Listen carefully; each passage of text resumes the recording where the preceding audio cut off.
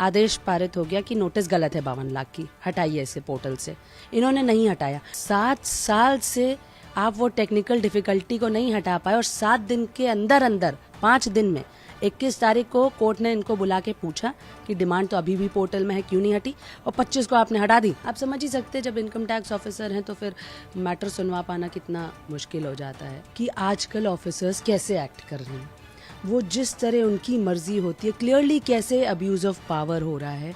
आप ये बताइए, कल वो कोर्ट के सामने कह रहे थे कि आप आपने जो पनिशमेंट दिया है, योर लॉर्डशिप प्लीज जेल हटा दीजिए और चाहे पेनल्टी जितनी बढ़ा दीजिए। आप बताइए, ऐसे स्टेटमेंट कोर्ट के सामने बोलते हैं?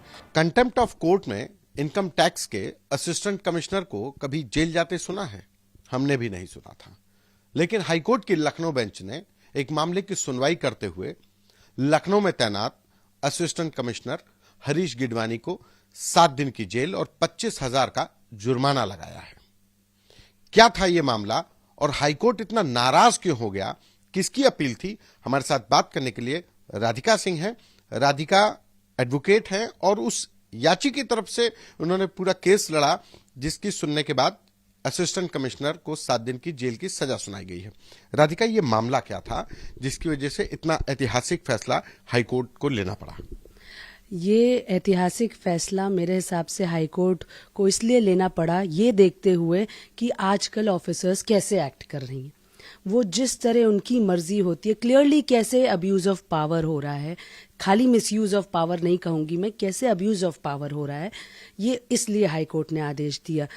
अब ये पूरा मामला ऐसा है जिसमें कि एक पिटिशन फाइल होती है 2013 में, जिसमें डिवीजन बेंच हमारी हाईकोर्ट की एक आदेश देती है जहां की इनकम टैक्स ऑफिसर को डायरेक्शन दिए जाते हैं कि अगर आपको कोई भी इशू है जुरिस्डिक्शन से रिलेटेड, जहां पे मैं ये भी बताना चाहूंगी कि यहाँ पे थोड़ा सा मैटर क्या था। यहाँ पे जो विक्टिम हैं वो खुद एक वकील हैं, प्रशांत चंद्रा, सीनियर एडवोकेट हैं, designated senior advocate practising in Lucknow high court. उनको income tax officer Harish Gidwani ही, जिनको सजा हुई है, इन्होंने 52 लाख की डिमांड इशू की।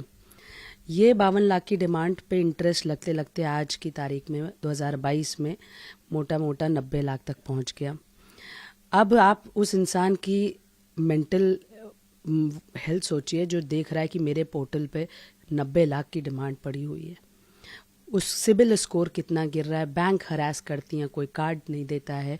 ये सब एक वकील के साथ हुआ है। आप सोचिए तो आम जनता के साथ क्या होता है, जो कि वैसे भी इनकम टैक्स ने इतनी दहशत बना रखी है कि कोई उनके अगेंस्ट कोई एक्शन लेता नहीं है। आम जनता ये भी सोचती है कि कोर्ट कचहरी में कहाँ फंसे। अब ये इस मैटर में डिवीजन बेंच कह रही है कि जो आपने नोटिस इशू की है 52 लाख की 2013 की, वो गलत है।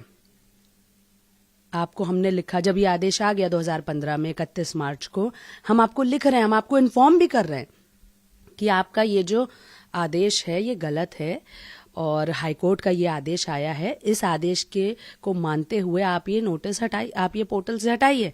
आपने नहीं हटाया, आपने हमें अगले साल की फिर नोटिस इशू कर दी। तब हम कंटेम्प्ट ऑफ कोर्ट में आए 2016 में। 2016 में जब हमने कंटेम्प्ट ऑफ कोर्ट फाइल की तो हमें ये मैटर सुनवा पाना हमारे लिए एक बहुत बड़ा टास्क था। ऑफिसर हैं, आप समझ ही सकते हैं जब इनकम टैक्स ऑफिसर हैं तो फिर मैटर सुनवा पाना कितना मुश्किल हो जाता है, चाहे कोई भी ऑफिसर हो। पर 2022 में जब मैटर सुनवाया गया, हमारे ऑनरेबल जस्टिस इरशाद अली साहब हैं, उनको और एक ऑर्डर भी है कि पुराने पिटिशन जल्दी डिस्पोज ऑफ हों, तो रिगरस ऑब्जेक्शन गया मेरे एंड से। उस दिन भी तारीख ली जा रही थी, पर रिगरस ऑब्जेक्शन गया मेरे एंड से कि नहीं, ये 2023 में रिटायर हो जाएंगे, मैटर इनफ्रक्चुअस हो जाएगा। तब मैटर की सुनवाई हुई, तब ये उनके तरफ से काफ़ी सारे चेंज ऑफ स्टैंड भी हो रहे थे। कभी कि पैन एड्रेस दूसरा है, कभी दूसरा इनकम टैक्स ईयर है, तो ये सब चीज़ें हो रही थी। पर ओवरऑल जो मैटर फिर कोर्ट को भी लगा, 28 सितंबर 2022 को पहली बार इनको कोर्ट में बुलाया गया कि why charge should not be framed against you. तो दलील दी जा रही थी? हरीश गिडवानी जो असिस्टेंट कमिश्नर हैं, क्या दलील दे रहे थे जो नोटिस दिया और आपकी तरफ से क्यों ये नोटिस गलत था? यह हरीश गिडवानी या यहाँ का जुरिस्डिक्शन का एक मामला था कि यहाँ का जुरिस्डिक्शन नहीं बनता है, तो क्या मामला था वो? बिल्कुल। तो जब आपका इनकम टैक्स एक्ट आपको बता रहा है कि आपको, हमारा जुरिस्डिक्शन दिल्ली में है, हमारा प्लेस ऑफ प्रोफेशन दिल्ली में है, हम हाई कोर्ट कह रही है कि ये नोटिस जो आपने इशू की है वो इलीगल है। हाई कोर्ट आपको बता रही है कि आपका एक्ट कहता है कि अगर आपको कोई कंफ्यूजन है जुरिस्डिक्शन से रिलेटेड तो आपके पास सेक्शन 124 क्लॉज 2 है of the income tax act. आप मैटर रेफर कर दीजिए चीफ कमिश्नर को। आपने क्यों नहीं रेफर किया मैटर? आपने क्यों मुझे फिर से वापस दूसरे ईयर की नोटिस इशू कर दी और उस ईयर की डिमांड पोर्टल से नहीं हटाई? Why were you so personally interested in me और सो मेनी अदर विक्टिम और people those who were harassed when you were in power? So उनकी तरफ से यही दलीलें आ रही थी, आप सेव अपने आप को किसी तरह तो सेव करेंगे ही। पहले उन्होंने कहा, जब इस कोर्ट का हमें अटेंशन मिला तो पहले उन्होंने कहा कि हमने इनका पैन एड्रेस लखनऊ का है इसलिए हमारे को जुरिस्डिक्शन मिला, जबकि पैन एड्रेस दिल्ली का था। आप बताइए, कंटेम्प्ट प्रोसीडिंग में ये डायस पे खड़े होके ऐसी इनकी दलीलें थी, ये उनकी आर्ग्यूमेंट्स थी। फिर उन्होंने, जबकि जहां कंटेम्प्ट में इनको अनकंडीशनल बोनाफाइडी अपॉलॉजी टेंडर करनी होती है, ये हमारा कानून है। जब आपको चार्ज फ्रेम करने के लिए बुलाया जा रहा है तो आपका ये कर्तव्य बनता है कोर्ट की तरफ कि आप माफी मांगे कि नहीं, क्यों चार्ज मत बनाइए। जो सवाल बनता है कि क्या इतना कानूनी जो नोटिस हैं उसको संज्ञान में लेने के बाद क्या इनकम टैक्स विभाग के द्वारा जो प्रशांत चंद्रा को नोटिस दिया गया वो हटाया गया कि नहीं हटाया गया, कितने वक्त में हटाया गया, ये कैसे हटा? ये आपने बहुत बढ़िया क्वेश्चन पूछा है सर। आप ये बताइए कि ये नोटिस जब 2015 में आदेश पारित हो गया कि नोटिस गलत है 52 लाख की, हटाइए इसे पोर्टल से, इन्होंने नहीं हटाया।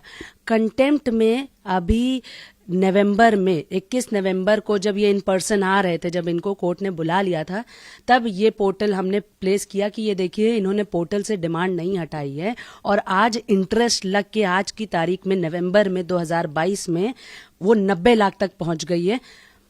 तब इन्होंने 25 को एकदम से डिमांड हट गई पोर्टल से, और 25 को जब डिमांड हटी और जब तारीख लगी, सुनवाई हुई, तब मैंने जब कोर्ट को ये बताया कि साहब डिमांड हट गई, तो इनकी तरफ से दलील आई कि टेक्निकल डिफिकल्टी की वजह से। आप ये बताइए, 7 साल से आप वो टेक्निकल डिफिकल्टी को नहीं हटा पाए और 7 दिन के अंदर 5 दिन में 21 तारीख को कोर्ट ने इनको बुला के पूछा कि डिमांड तो अभी भी पोर्टल में है, क्यों नहीं हटी, और 25 को आपने हटा दी। 7 दिन से कम के अंदर आपने डिमांड हटा दी। ये टेक्निकल स्नैग है आपका।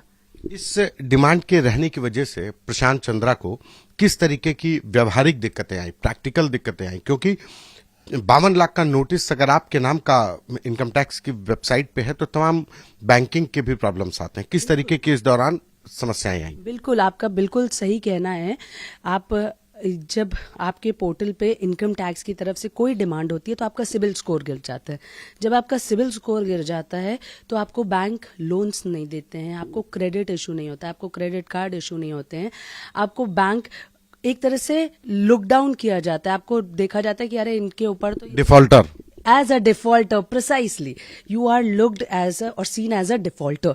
तो उसकी वजह से, and that too Prashant Chandra is a senior designated officer of the court. He is a designated officer of the court. उनको किस तरह का defamation, harassment, किस तरह का एक mental harassment, mental agony हुई होगी। आप ये सोचिए कि हर रात जब उनकी डिमांड वो देखते होंगे कि आज 52 से 53 हो गई, आज 53 से 54 हो गई, बैंक मुझे क्रेडिट, इतनी मेहनत करके उन्होंने अपना नाम इसलिए कमाया था कि कोई एक ऑफिसर आए और उनको इस तरह से गिरा है। This is not. अब कोर्ट ने कितने दिन की सजा सुनाई है और अब क्या होगा, क्या कोर्ट का डायरेक्शन है? बिल्कुल, अब कोर्ट जो है, कल 16 तारीख दिसंबर 2022 जब आदेश पारित हुआ तो इनको सरेंडर करने का आदेश हो गया था 3 बजे ही रजिस्ट्रार के सामने। पर इनके जो काउंसिल हैं मनीष मिश्रा साहब, और ये खुद भी इन पर्सन इन्होंने कोर्ट से मर्सी प्ली की, तो इनको 22 तारीख तक का समय दिया गया है। तो अब इनको 22 तारीख को सरेंडर करना है। और 23 को डायरेक्शन है रजिस्ट्रार साहब को अपनी रिपोर्ट देनी है, 7 दिन की इम्प्रिजनमेंट है और 25,000 इन पे फाइन है। और मेरे हिसाब से ये आदेश इसलिए ज़रूरी था, इसलिए ये अनिवार्य है, बल्कि जब बहस के दौरान भी ऐसे जजमेंट्स मैंने खुद भी पढ़े, सुप्रीम कोर्ट के डिसीजन और प्लेस किए ऑनरेबल जस्टिस के सामने। ऑनरेबल जस्टिस खुद ही बहुत लर्नेड हैं, I was grateful to argue before him. उन्होंने भी ये देखा कि ये इम्पॉर्टेंट इसलिए था कि एक मैसेज जाना चाहिए सर, एक मैसेज जाना चाहिए। अब ये डेमोक्रेसी के 3 पिलर हैं, आम जनता को ये जानना बहुत ज़रूरी है, एग्जीक्यूटिव, लेजिस्लेटिव एंड जुडिशरी। अगर तीनों में से एक भी फॉल करता है तो पूरा सिस्टम कल्यूड हो जाएगा।